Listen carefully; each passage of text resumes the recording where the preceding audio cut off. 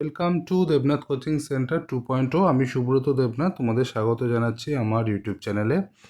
কালকে 29 তারিখে, গতকালকের কথা বলছি, 29/1/26, আর আজকে সকালের যে শিফট হলো না 30/1/2026, এই দুটো শিফটে তোমাদের কীরকম কী কোশ্চেন জিজ্ঞাসা করা হচ্ছে তার একটা ওভারভিউ তোমাদেরকে আমি দিয়ে দিচ্ছি। আমি প্রথম থেকেই বলেছিলাম যে এই পিডিএফটা তোমাদের জন্য মোস্ট ইম্পর্টেন্ট, যেটা ব্রহ্মাস্ত্র পিডিএফ। কোশ্চেনগুলো এখান থেকেই উঠছে। তো 29 তারিখে কীরকম কী কোশ্চেন এসছে সেগুলোর ব্যাপারে একটু ডিসকাস করে নিই। 29 তারিখে তোমাদের জিজ্ঞাসা করা হয়েছিল হিট ট্রিটমেন্ট হার্ডনেসের ব্যাপারে, তোমাদের জিজ্ঞাসা করা হয়েছিল হিট ট্রিটমেন্টের হার্ডনেসের ব্যাপারে। আর একটা জিনিস, সেটা হচ্ছে লিমিট ফিট টলারেন্স। প্রত্যেকটা ক্যান্ডিডেটের জন্য most important limit fit tolerance থেকেই কিন্তু তোমাদের কোশ্চেন ফার্স্টে জিজ্ঞাসা করা হচ্ছে। প্রত্যেকটা ক্যান্ডিডেট, যতগুলো ক্যান্ডিডেটের সাথে আমি কথা বলেছি, সবারই একটাই কথা, সেটা হচ্ছে তোমার এন্টারচেঞ্জিবিলিটি দিয়ে তাদের শুরু করা হচ্ছে, তারপর আস্তে আস্তে তাদের আরও কোশ্চেন জিজ্ঞাসা করা হচ্ছে। সুতরাং এন্টারচেঞ্জিবিলিটি তোমাদের জন্য মোস্ট ইম্পর্ট্যান্ট একটা পার্ট, ঠিক আছে? এন্টারচেঞ্জিবিলিটি। আচ্ছা, তাহলে কি বললাম? লিমিট ফিট টলারেন্স, হার্ডনেসের ব্যাপারে জিজ্ঞাসা করা হয়েছিল। কত ধরনের ফিট হয়? Clearance fit, transition fit, interference fit, প্রত্যেকটা ফিটের ব্যাপারে জিজ্ঞাসা করা হয়েছিল। তারপরে মোস্ট ইম্পর্ট্যান্ট আর একটা পার্ট তোমাদের যেটা উঠে এসছে, সেটা হচ্ছে তোমার কাপলিং। কত ধরনের কাপলিং হয়, কাপলিংয়ের ব্যাপারে ডিটেলসে জিজ্ঞাসা করা হয়েছিল। চলো কাপলিংটা তোমাদের আমি একটু দেখিয়ে দিই। তো দেখো, এটা আমার পিডিএফ, যেটাকে আমি ব্রহ্মাস্ত্র নাম দিয়েছি। সেটা হচ্ছে, দেখো এখানে 117 নম্বর কোশ্চেন থেকে coupling start. Which type of coupling require the shaft to be perfect alignment? This is called rigid coupling, ঠিক আছে? Which is the simplest type of rigid coupling made of cast iron? Cast iron দিয়ে তৈরি হয় কোন ধরনের rigid coupling? সেটা হচ্ছে slip or মাফ কাপলিং। মাফ কাপলিংয়ের অপর নাম হচ্ছে slip coupling. What is the benefit of a split muff coupling? বা স্প্লিট মাফ কাপলিংয়ের অপর নাম হচ্ছে ক্ল্যাম্প কাপলিং। এর বেনিফিট কি? It can be easily assemble or disassemble without shifting the position of the shaft. শ্যাফটের পজিশন চেঞ্জ না করে আমরা অ্যাসেম্বল করতে পারি, ডিসঅ্যাসেম্বল করতে পারি। কাকে?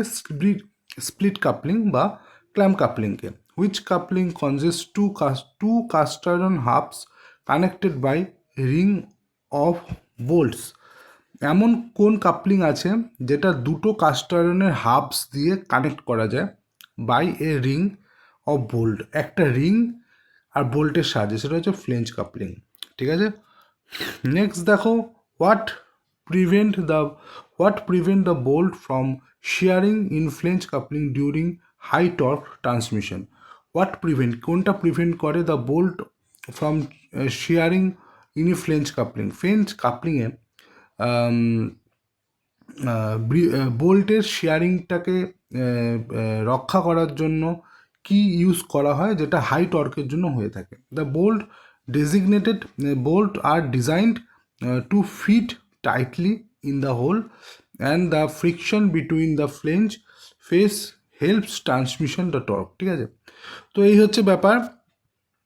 তারপরে দেখো, what is the primary purpose of flexible coupling? Flexible কাপলিংয়ের প্রাইমারি ইউজ কি? To connect shaft that have a slight misalignment. এই যে সমস্ত কাপলিংয়ের স্লাইট মিসঅ্যালাইনমেন্ট থাকে, সেখানে আমরা কি ইউজ করব? ফ্লেক্সিবল কাপলিং আমরা ইউজ করব, ঠিক আছে? Which coupling are used when shaft are connected permanently and can not be disconnected during work? বলছে which coupling are used when shaft are connected permanently, শ্যাফটটা কানেক্ট করা থাকে permanently, and can not be disconnected during work. During ওয়ার্কের ক্ষেত্রে এটাকে কি করা হবে? ডিসকানেক্ট করা যাবে না। তো এই ধরনের কাপলিংগুলোকে ক্লাচ কাপলিং বলা হয়, ঠিক আছে? Which coupling are use to connect two shaft whose axis intersect a small angle? বলছে which coupling use to connect, কোন কাপলিং ইউজ করা হয় কানেক্ট করার জন্য দুটো শ্যাফটকে, হুজ অ্যাক্সিস, যার অ্যাক্সিস ইন্টারসেক্ট করবে অ্যাট এ স্মল অ্যাঙ্গেল, যে যার অ্যাক্সিসগুলো ইন্টারসেক্ট করে। ইন্টারসেক্ট মানে হচ্ছে ক্রস করা। একটা স্মল অ্যাঙ্গেলে ক্রস করবে কি না অ্যাক্সিসগুলো, সেটা হচ্ছে ইউনিভার্সাল কাপলিং। ঠিক আছে, it is commonly used in automobile propeller shaft. এই কোশ্চেনটা পরীক্ষায় আসে খুব, যে অটোমোবাইল প্রপেলার শ্যাফটে কোন ধরনের কাপলিং ইউজ করা হয়, সেটা হচ্ছে universal coupling. Which coupling specially designed to connect two shaft with literal misalignment বা প্যারালাল মিসঅ্যালাইনমেন্টের ক্ষেত্রে কোন ধরনের কাপলিং ইউজ করব? Oldham coupling. তো এখানে যত ধরনের কাপলিং আছে তোমরা দেখতে পাচ্ছ, pin bush coupling, plate coupling, মানে যত ধরনের কাপলিং আছে আমি এখানে অ্যাড করে দিয়েছিলাম। ঠিক আছে, দেখো পাওয়ার ট্রান্সমিট করে 90 ডিগ্রি অ্যাঙ্গেলে, কোন coupling? Which coupling use two transmit power 90 degree angle? 90 degree অ্যাঙ্গেলে কোন ধরনের কাপলিং পাওয়ার ট্রান্সমিট করে? এই কোশ্চেনগুলো এর মধ্যে সব কিছু অ্যাড করা আছে। তারপরে দেখো আমি এইখানে আবার কি করেছি, সব কাপলিংগুলোকে এক জায়গায় করে তার ইউজগুলো আমি এখানে রেখে দিয়েছি, যাতে তোমাদের কোশ্চেনগুলো পড়ার পরে তোমার একটা ওভারভিউ এখানে চলে আসে। মাফ কাপলিং বা slip coupling, split coupling, flange coupling, Oldham coupling, universal coupling, এগুলো হচ্ছে তার কাজ। ঠিক আছে, কেউ যদি ওপরে কোশ্চেনগুলো সেরকমভাবে না পড়ে, শুধু এই ছকটা দেখে চলে যায়, তাও কাপলিং সম্বন্ধে একটা তার বেসিক আইডিয়া হয়ে যাবে। ঠিক আছে, মানে পরীক্ষায় অ্যান্সার দিতে পারবে। এই জিনিসগুলোর থেকেই আসে বেশিরভাগ। তো কাপলিংয়ের কী আসে, ইউজটাই আসে। ঠিক আছে, তো এই হচ্ছে ব্যাপার। তাহলে ভাইভাতে কি বললাম, হিট ট্রিটমেন্ট থেকে জিজ্ঞাসা করা হচ্ছে, মেজারিং ইনস্ট্রুমেন্ট আবারও মাইক্রোমিটার থেকে জিজ্ঞাসা করা হয়েছিল, তারপরে তোমার হার্ডনেস থেকে জিজ্ঞাসা করা হয়েছিল হিট ট্রিটমেন্টের, আর হচ্ছে তোমার কাপলিং সম্বন্ধে জিজ্ঞাসা করা হয়েছিল। আর লিমিট ফিট টলারেন্স কিন্তু মোস্ট ইম্পর্ট্যান্ট একটা পার্ট।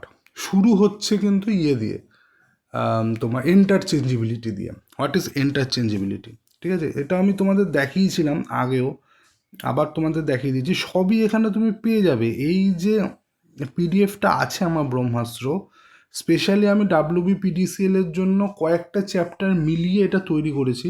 এটা মোস্ট ইম্পর্ট্যান্ট এই ভাইবার জন্য। ঠিক আছে, এখানে তুমি পেয়ে যাবে যে যে জিনিসগুলো আমি বলছি, ভাইবা এই জিনিসগুলো জিজ্ঞাসা করেছে, এগুলো সবই তুমি এইখানে মোটামুটি পেয়ে যাবে।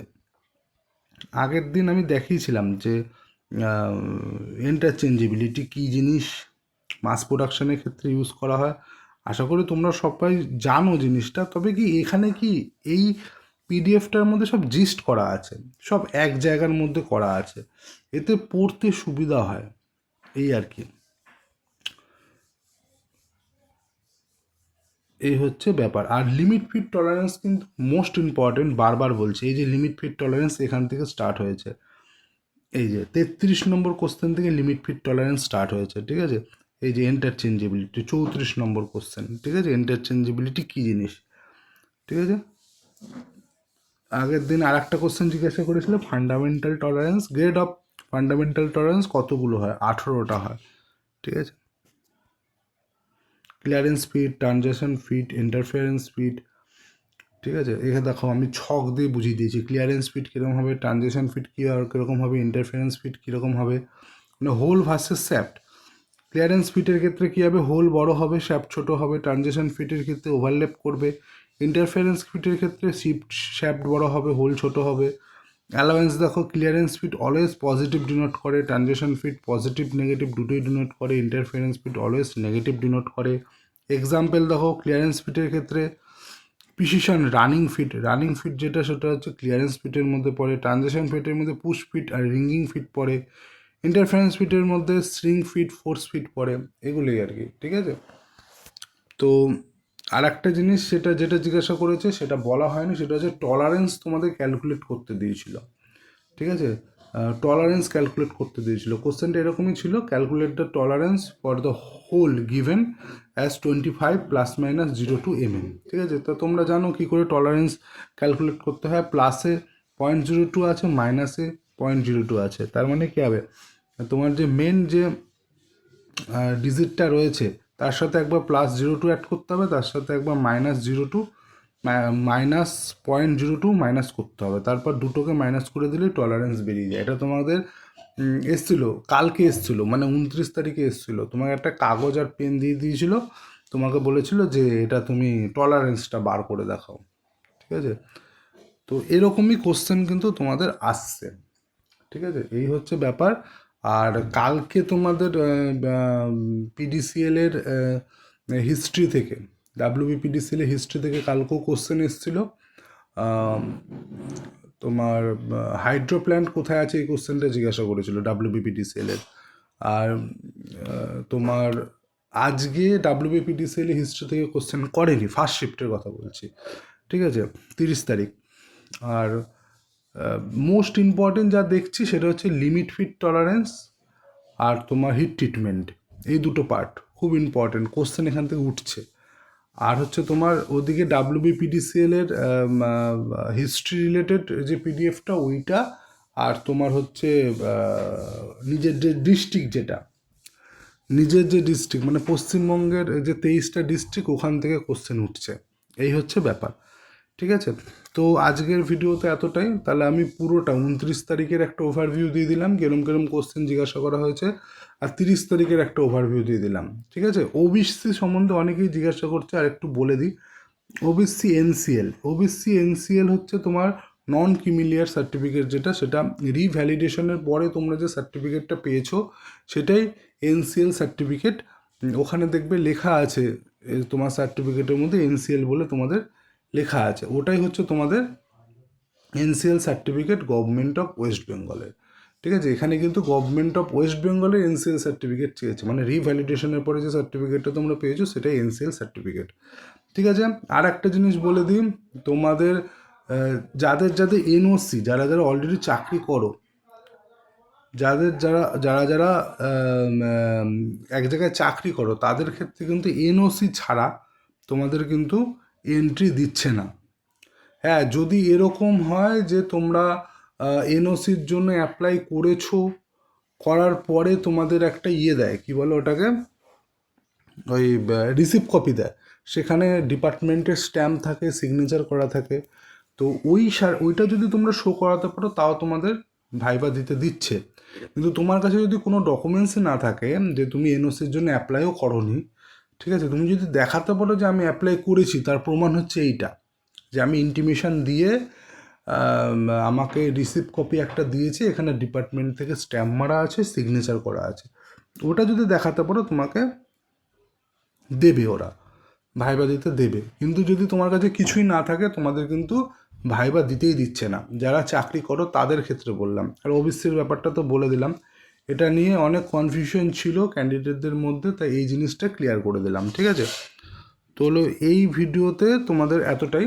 চ্যানেলটা আমার একদমই নতুন, চ্যানেলটাকে তোমরা সাপোর্ট করো, লাইক করো, সাবস্ক্রাইব করো, বন্ধুদের সাথে শেয়ার করো। দেখা হচ্ছে নতুন একটা ভিডিওতে।